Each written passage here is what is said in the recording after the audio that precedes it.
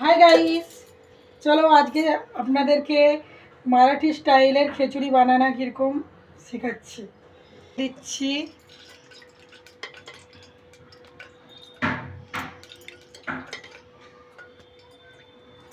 চলো এখানে কি কি দিচ্ছি আপনাদের দেখিয়ে দেই। মটরশুঁটি, ফুলকপি, আলু, একটু গাজর, আর এখানে একটু করে সোয়াবিন দিচ্ছি। দিয়েছি পেঁয়াজ, টমেটো, রসুন।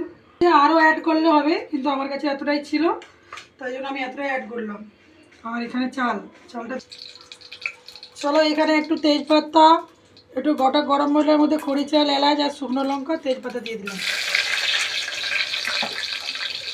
আর এখানে একটু জিরে দিচ্ছি।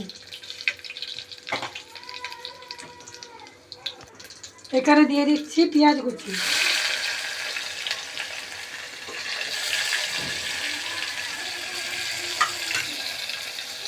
এরকমভাবে নাড়তে হবে মশলা দিয়ে দিই। একটু কারি পাতাও দিয়ে দিলাম, দিয়ে এইগুলো সব নাড়াতে থাকবো। তারপরে দিয়ে দিচ্ছি রসুন কুচি। রসুনকে একটুখানি থেতলা করে নিচ্ছি। চলো মশলাটা ভালো করে পাকিয়ে নিয়ে এখানে দিয়ে দিচ্ছি টমেটো।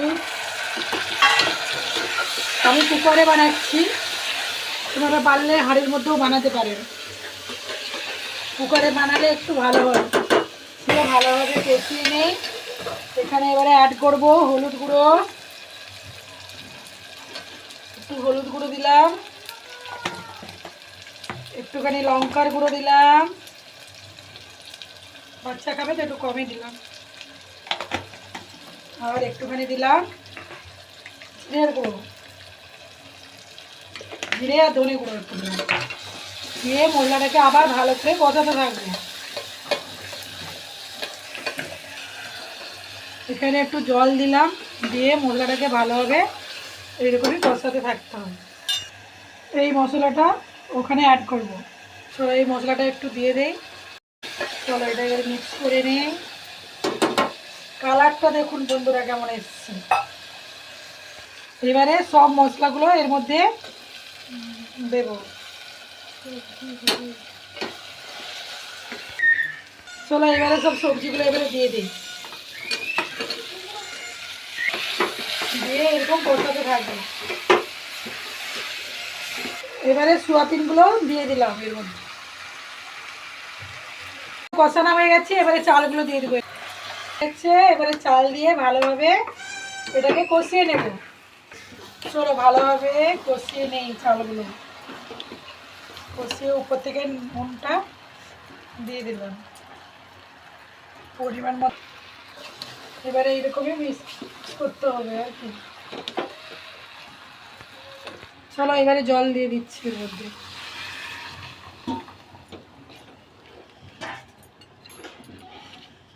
জল দিয়ে এরকম ভালোভাবে সবগুলো মিশিয়ে দিতে হবে। তারপরে কুকারের ঢক্কনটা লাগিয়ে দিতে হবে। দু তিনটা কুকারে এবারে জল দিয়ে দিলাম, দিয়ে ঢক্কনটা লাগিয়ে দিলাম। এবারে দু তিনটা সিটি মারলে হয়ে যাবে আমাদের মশলা খিচুড়ি। খিচুড়িটা বানিয়েছিলাম না, মশলাদার খিচুড়ি। এবার দেখুন কীরকম হয়েছে।